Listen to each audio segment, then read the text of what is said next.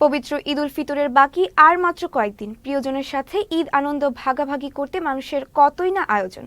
তবে ঈদের আনন্দ আর আমেজ নেই সমাজের অসহায় ছিন্নমূল ও বস্তিবাসীর মাঝে। সাধ আর সাধ্যের কাছে হার মানে তাদের সব আনন্দ। রয়েছে অর্থাভাবে সন্তানদের নতুন জামা কিনে দিতে না পারার চাপা কষ্ট। বিস্তারিত দীপুনুরের প্রতিবেদনে। অনেক মানুষ অনেক জিনিস পাইছে, অথচ আমি কিচ্ছু পাইনি।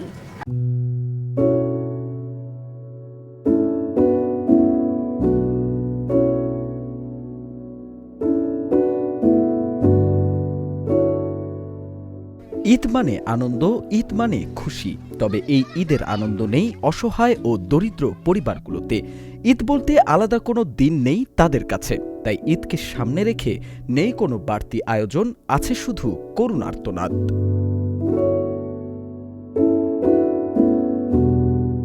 সাধ থাকলেও সাধ্যের কাছে যেন হার মানে তাদের সব আনন্দ।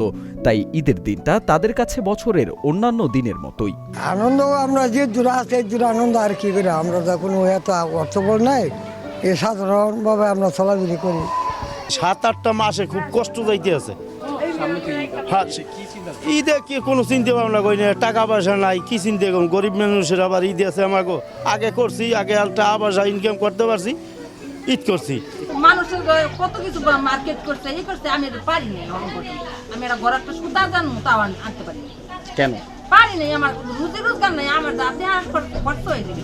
ঈদ উপলক্ষে সন্তানদের নতুন জামা কিনে দিতে না পারার যে চাপা কষ্ট, তা ফুটে ওঠে অসহায় এই মায়ের অশ্রুসিক্ত চোখে। তবুও স্বপ্ন দেখেন হয়তো আগামীর কোনো ঈদ উৎসব আনন্দ ছড়াবে তার ছোট্ট সংসারে। আমি ভাই কষ্টের কথা কইতে পারবো না, বুঝছেন। একটা ঈদ আমি অথচ পোলাপানে মার্কেট করে দেইনি, নিজেও কিছু নেইনি। আমার কষ্টের কথা আমি কেউ কইতে পারি না ভাই। ছোট থেকে কষ্ট করতে করতে এ পর্যন্ত এসে বাপ মাও থেকেও নেই, বুঝছেন ভাই। এই আমরা একটু ভালো থাকতে চাই ভাই, যাতে আল্লাহ আমাদেরও ভালো রাখে বা কাজকর্ম করে খাইতে পারি। রোগের কারণে কিন্তু আমি কাজ করতে পারি না। দেশে বস্তিবাসীর সংখ্যা প্রায় 18 লাখ। স্বাধীনতার 55 বছরে অনেক দূর এগিয়েছে বাংলাদেশ, হয়েছে আর্থসামাজিক উন্নয়নও।